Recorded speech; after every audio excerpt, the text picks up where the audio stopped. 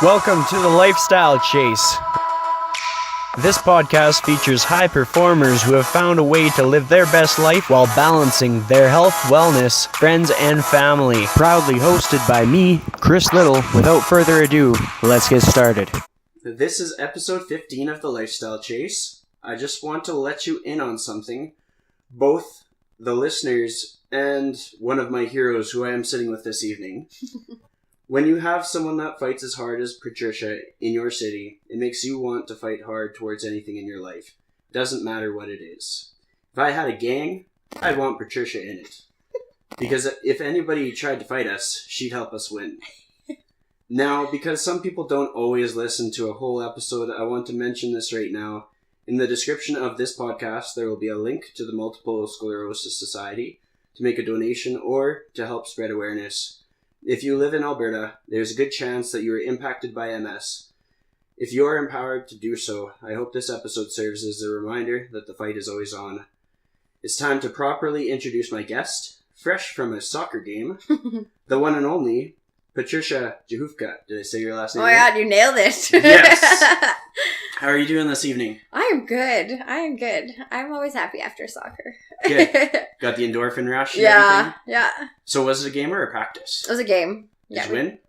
We lost by 1. It was a little frustrating when it was like a really close game, so it was a tough loss, but like my team's just so great. Like we just love playing, so I mean at the end of the day. From what you've shared on social media, it just seems like a good squad. Yeah. How long have you played with them? Since 2014, I think, actually. Holy cow. Yeah, so it's coming up on a few years now. That's awesome. So, before my first question, I have to pass on a message. I was texting back and forth with my good friend Shane Fennessy earlier today, and he said to tell you he said hi. Well, say hi back, or I'll just say hi. I mean, well, I'll pass it on. I'll make sure to send him a text. All right. Like, she said hi back. Maybe he'll listen to this. Maybe. So, you're also on his podcast, so if anyone listening to this one wants to hear more, they should definitely check out the City of Champions podcast. I've gone through and tried to ask a few different questions so that people are more inclined to listen to both podcasts. We're going to start this off with one of my staple questions, but it's going to be a bit of a different answer for you than with a lot of my guests. I know a lot of my listeners know your story, but for some of them, we're going to take them on a journey today. What does the busiest day in your week look like? Can you take us through it from start to finish? Oh, that's not fair.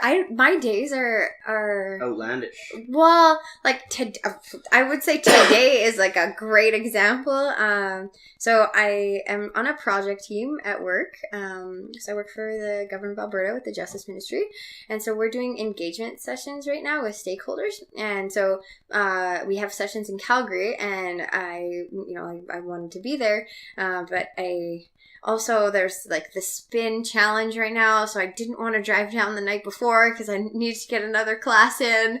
So I was like, okay, cool. Like I'm gonna do it, we'll go in the morning. And there was someone else that was up for it, so we got packed up 6:30 a.m. Meeting started at 10:30, so we're like, yep, that's enough time to set up and everything. And got down there, set everything up, had the meeting.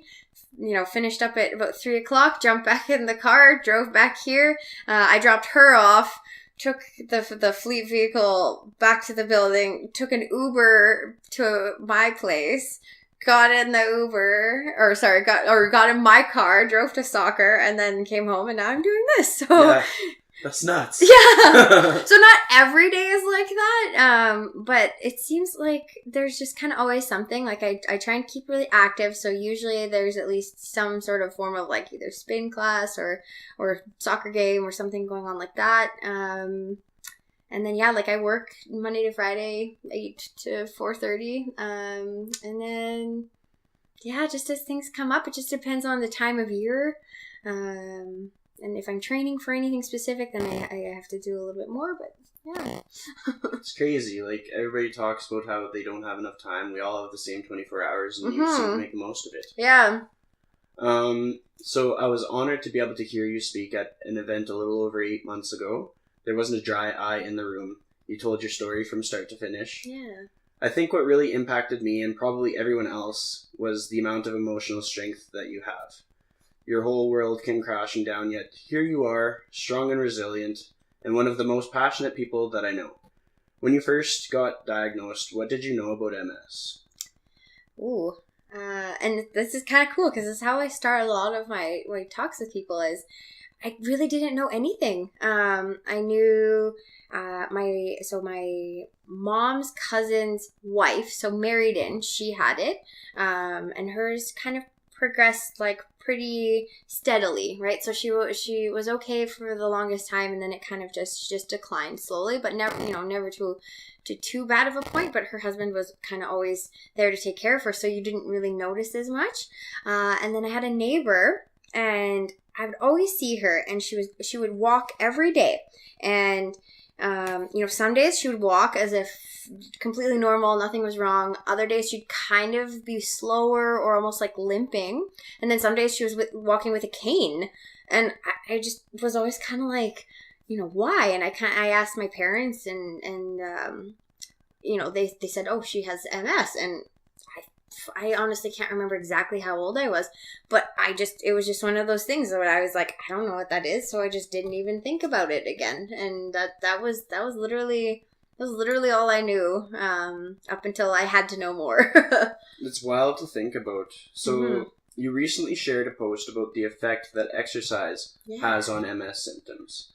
And what did the doctors first tell you about exercise when they gave you the diagnosis? So I was like, I played soccer when I was younger. I was a big runner, like distance sprinter for the longest time. And I did Muay Thai kickboxing since I was 14. So consistently kind of doing that. And I loved trying new things. But it was always like more so like impact, right? Like it was always a little bit more intensive exercise. And, so when I was diagnosed, the doctor was like, okay, so, like what's your regular kind of activity level like? And so I told them, this is what I like doing. And he was like, well, maybe like you can exercise, maybe scale it back, right? Like he was like, no impact, keep it really sort of like light exercise. And I was kind of like, oh, okay. I don't really know what that means. I've never really been one to do that. But yeah, so I was just like, well, he's the doctor. I should probably listen to him. So I did at the beginning. And that was the thing. I once I kind of started hearing that MS might be the cause, all I knew, like at that point too, at like more so just like in the clouds or however you want to say it, I'd always kind of heard about the MS bike tour. So, I just was like, okay, like at this point, I don't know if I have it or not, but if I do, like I can still ride right now. So I want to do it. And if I don't have MS, then I want to ride for the people that do, because anyone that has to go through this process, it's super scary. So I was like, I want to be able to support that. And so then when I was diagnosed, I was like, okay, like now I asked my parents for a bike for my birthday. Like I was like, this is real. Like I'm going to do this. And so I started doing spin, but because I was like, hey, low impact. Right. But like, I just couldn't do like I was like, I'll try this like entry, like beginner spin or whatever. And I was just like, I'm so bored. Yeah, no kidding. Yeah. So and this was before there was any studios or anything. This was like Millennium Place. Like that was the only place I could really find like consistent spin classes. And then I found a teacher that is like a triathlete, and she was doing a cycle performance class, and I was like, I'm gonna try this. And I was like, this is like super intense. This is 100% not what this doctor was telling me to do. Like he would totally be like, no. And I was just kind of like, you know what, I just want to see what happens. Yeah. And I just kept pushing it. But at the same time, I also started doing yoga, which is another thing that I used to be like like stretching, breathing, like what, like why? And then, but same thing with yoga. I found yoga that was like strength yoga and core yoga and like all these other things. But I think a lot of what it was about yoga was just like, the breathing and the like stress release and the, you know, like all, there's so many different things that combined that like, even though I kept trying to push these limits, like I really think that even going down that road and kind of giving my body that chance to do something a little bit different and still be active, but like not in the same intensity as I was before, just to give it a chance to reset itself. I think that actually did make a difference. So yeah. So that was sort of the beginning. But then I switched doctors. Okay. Yeah.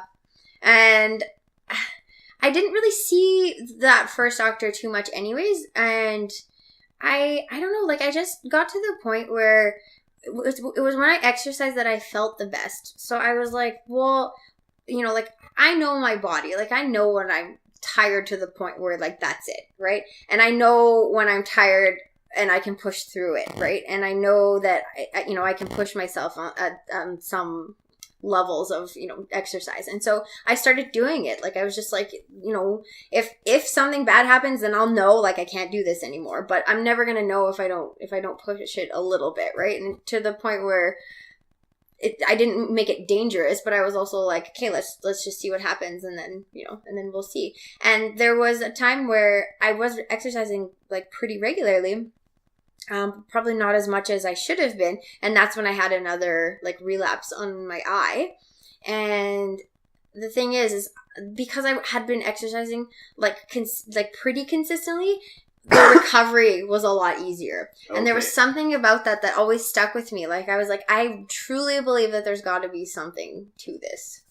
And then I guess that's kind of where that study came in. Totally. Mm-hmm. So what went through your mind when you finally got that validation that your feedback on the panel led to the study that concluded the benefits associated with exercise for people with MS?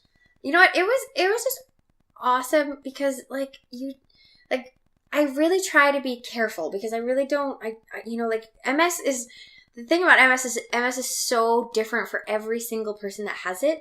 And so how you kind of deal with it is going to be different. And I feel like it's a little bit dangerous to be like, you know, I do this and this is what you should do. And I'm going to set up this class and everyone should come to it. That's how people should be dealing with MS. And it's like, you know what?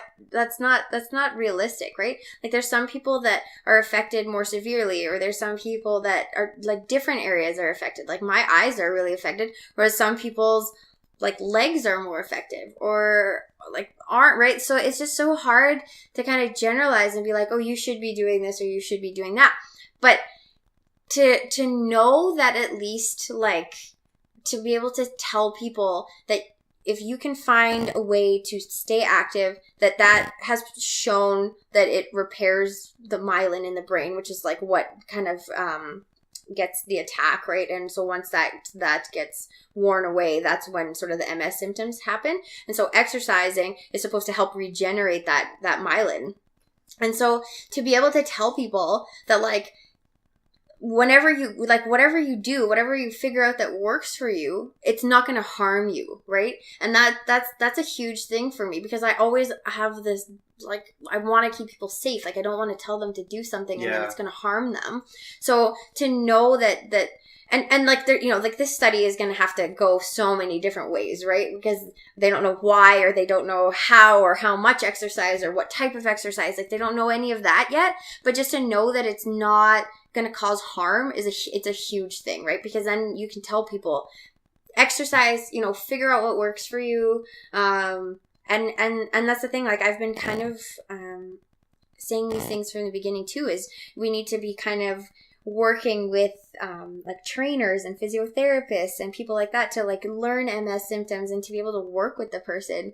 Like I read your post and it made me completely be like, wow, like this is exactly the types of things that I think that research is going to just even validate even more, to say like, you know, we can like if the patient or the, you know, person that has MS works closely with a good team of people, from, you know, like from the neurologist to a physiotherapist or a trainer, right? Like it's I feel like it's just going to be so much better for the person to have all of the knowledge from all these different areas and be able to know that you're at least doing it safely. I think is the big thing that like really drove it home for me because Totally, I agree. Yeah.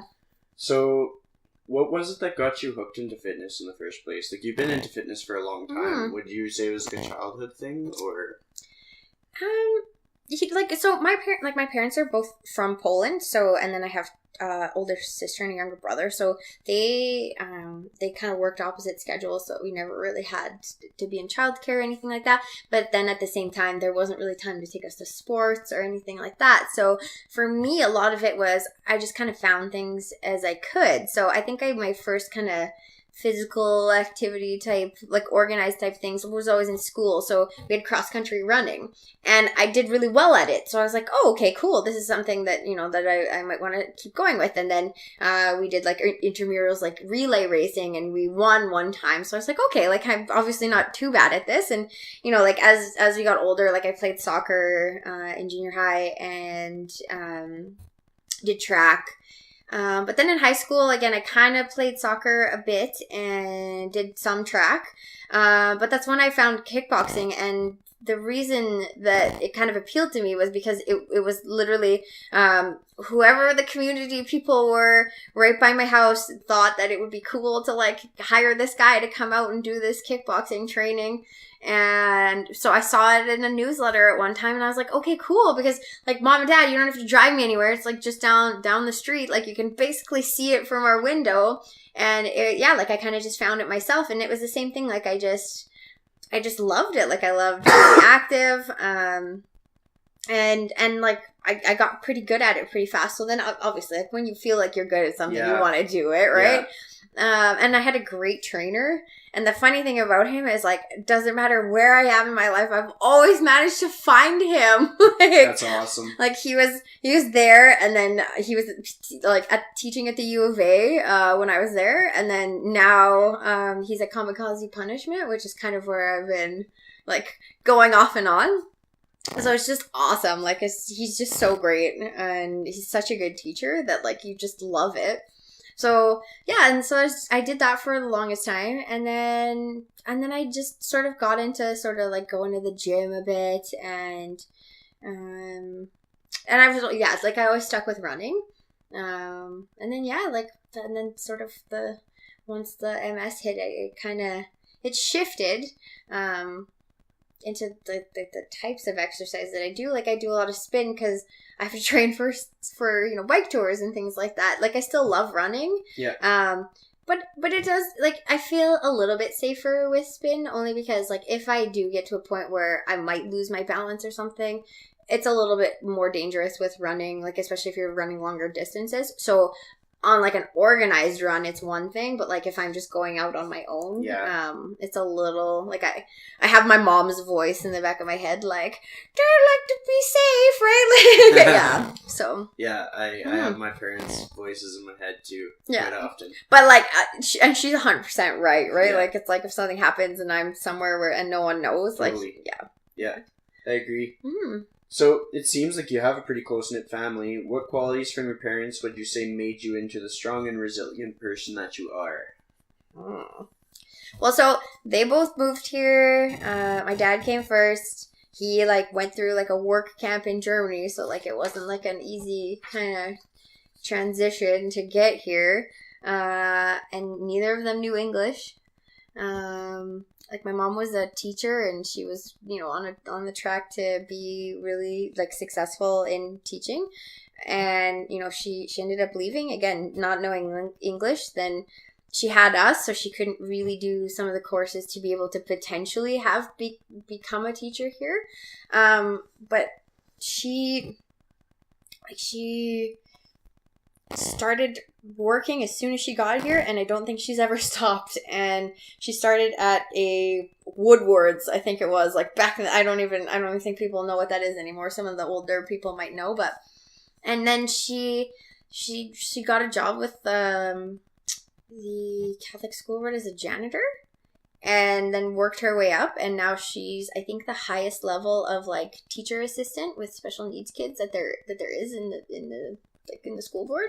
So like to me, that's super impressive. Like, and she's taught Polish school on the weekends ever since she moved here too. Like, I think she's like the longest serving Polish school teacher there is in the city. And so I taught for about 10 years, and like, she just has always kind of inspired me to, I don't know, like, she just, and it's not like she just does it. Like, it's not like it's like a conscious thing where she's like, I don't know how I'm going to do this. Like, she just does it. And she's like, there's 3 of us kids. We always had soup and then dinner, right? Like, the amount of things that she used to manage to do, like, it blows my mind sometimes. And then, to like come here and not know the language and then learn it. And it's the same thing for my dad, right? Like, he came and didn't have any of his equivalencies or anything, right? And so he just took whatever opportunities there were for jobs. And I feel like in some ways, like, that's kind of what I've been doing. And I think, and my mom and dad, I think they both did it. But for me, like, my plan was to be a police officer. And so once that didn't happen, I got opportunities and I just took them, and I was grateful for them, and I just ran with them because I was like, you know what, plan A didn't work. I didn't have a plan B. So now, there's people that want me to work for them. I'm enjoying this. I'm learning new things. Like, I'm just going to go with it. And that's literally been my whole career with the government of Alberta so far. It's just been sort of taking the opportunities as they come and being grateful for them. And I think that's a lot of what they did, because both my parents could have been like, well, if I stayed in Poland, I could have done this or I could have done that. And and they're just, I think, especially my mom, like, she's just very kind and thoughtful, and she just will help anyone.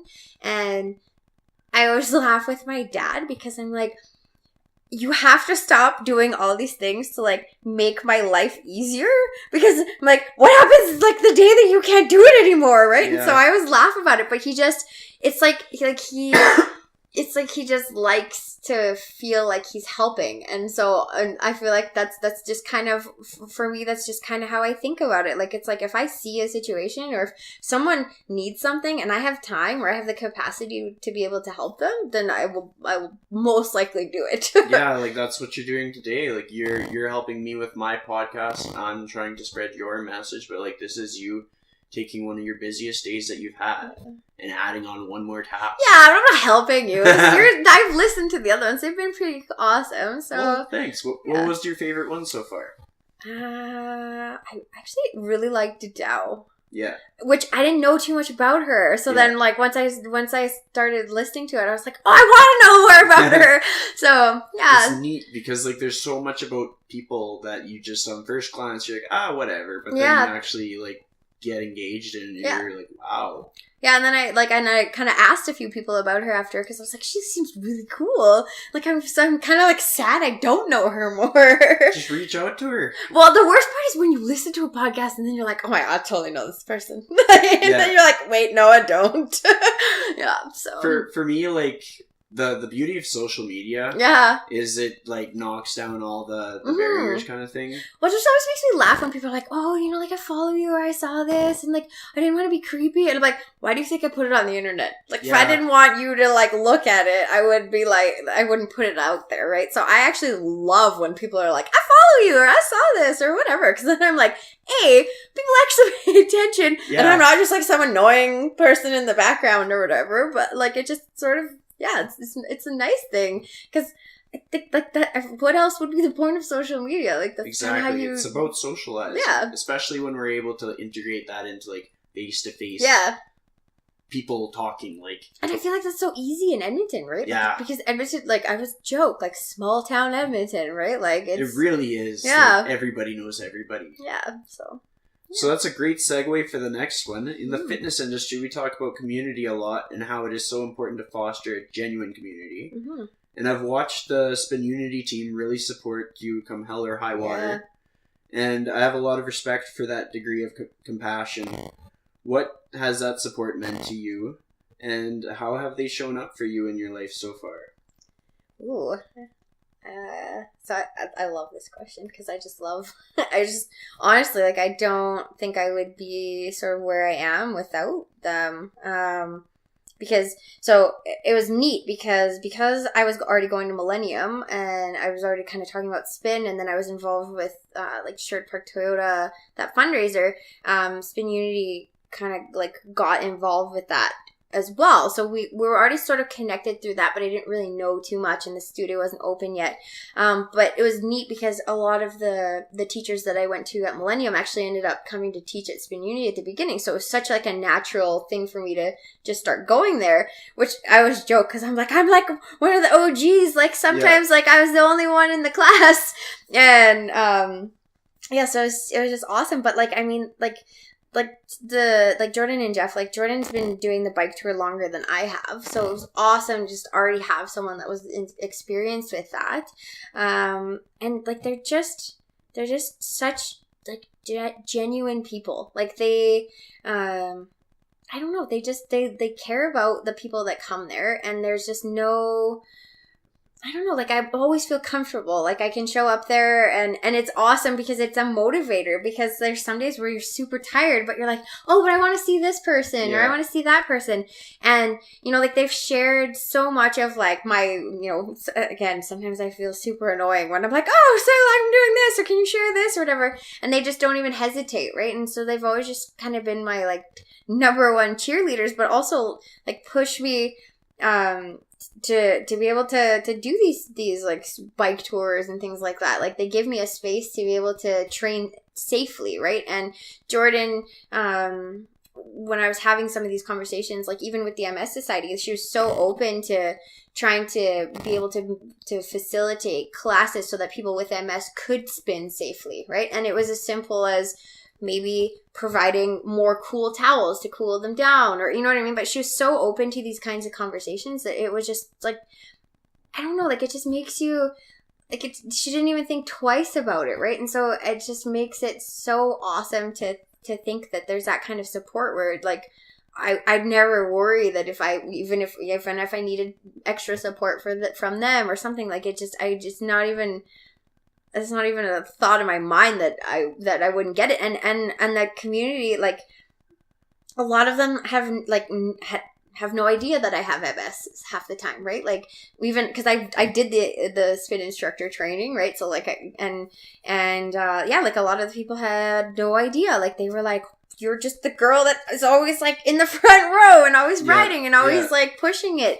And so it's just neat in that sense too, to like, no one treats me any differently even when they find out, right? Like they're still just like, you're still that girl that's like in the front row, and you know, like giving it, right?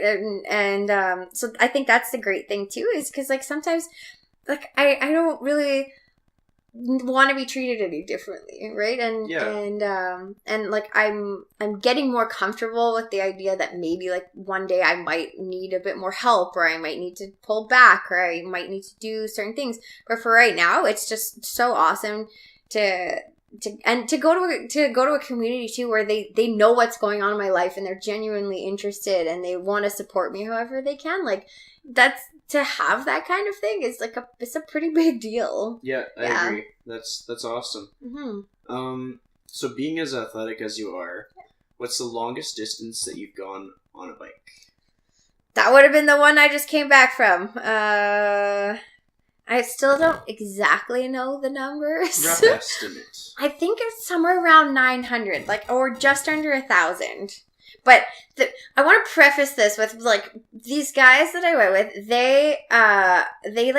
they're like math people, so they did all these calculations. So when they actually took the distance that we did and like calculated it with all of the incline, it turned out like it ended up being that if you were to take the distance and the average incline, it would be like going up Grierson Hill, like so the one by the Shaw, for the entire time. Yeah. So I was like, and the neat thing about that ride was I was so worried. Like I was so scared because I was like, you know, this is me and 4 guys. Like I don't know, like it's hot down there. Sometimes like heat affects me a bit. And it was just kind of one of those, like, am I going to be able to keep up with them? Like, how is this going to be? Like, I've done a bunch of spin, but because of the, all the smoke, like, I couldn't really get out on my actual bike too much, because it really did, like, a number on me. Like, I don't know, like, I feel like people don't realize, even with the smoke, like, your body has to, like, work harder to clear all that junk out. And so, yeah, like, when my body's kind of already tired, it just, like, wiped me. Yeah. So I had a really hard time, getting on my bike, but I could at least go to spin because the air in there was, like, fine, right? So I was like, oh my God, like, I'm gonna, like, how, this is gonna be awful and terrifying. And then, like, day one, we go up the first hill, and I, like, look back, and they're, like, super behind me. And I was like, hey, like, are you guys okay? And they're like, whoa, like, you should probably slow down. Like, this is just the first hill. And I was like, I'm not tired. I don't understand what you mean. But I was like, okay, sure. And then, yeah, like, I honestly was in front of them basically the entire time. That's awesome. Yeah. Did you have, like, Jay-Z in your headphones or what? I had a lot of, yeah, like, there was a lot of, like, spin Unity playlists that I stole from. And, like, it's funny because even, like, once you start to, like, love the different instructors, like, I know there was one video where it was like, thanks, Jilly, for, like, for all these hills, because you definitely put me through these. And, like, there was one time where in her class, she was like, okay, now let's, like, surge up the hill. And I sat there and I was like, like, who surges up a hill? Why would you ever do this? And then I had to surge up a hill, like, legit. And I was like, this is what I trained for. This is it. This is, like, and so I was like, yeah. So, and then, like, different songs, like, remind me of different instructors. So just gives your brain a break to, like, think of, like, people that you love, or, like, instructors that you love. And yeah, like, just mentally, just great break. And, yeah. That's awesome. Yeah. I like that. Are there any MS warriors that you look up to when you need encouragement or inspiration, or do you get that inspiration from somewhere else? Oh my God, there's so many. Like, I don't even know if I can list them all, to be honest. Like, I had sort of, like, 2 when I first got diagnosed, and I think I owe quite a bit to them, because to me, when I looked at the 2 of them, they were exactly the thing of, like, your life isn't over. You can do awesome things. And I was like, I want to do it like that. Like, that's what I want to do. And, like, they're just phenomenal human beings. Like, I was fortunate enough to, because before it was just sort of, I had heard about them and heard about the things that they were doing. And then I was fortunate enough to meet them, and then now be, like, fairly close with them. And, like, it's just so lovely to still have that relationship. But then for them to say it back, right? To say, like, now I motivate them. But there's just so many that I've met. Like, I joke, like, we have, like, our MSketeers for our Hinton bike tour team, and the ladies on that team, like, all the time, like, we joke, like, I have one that Molly, she's my twinsy, right? Like,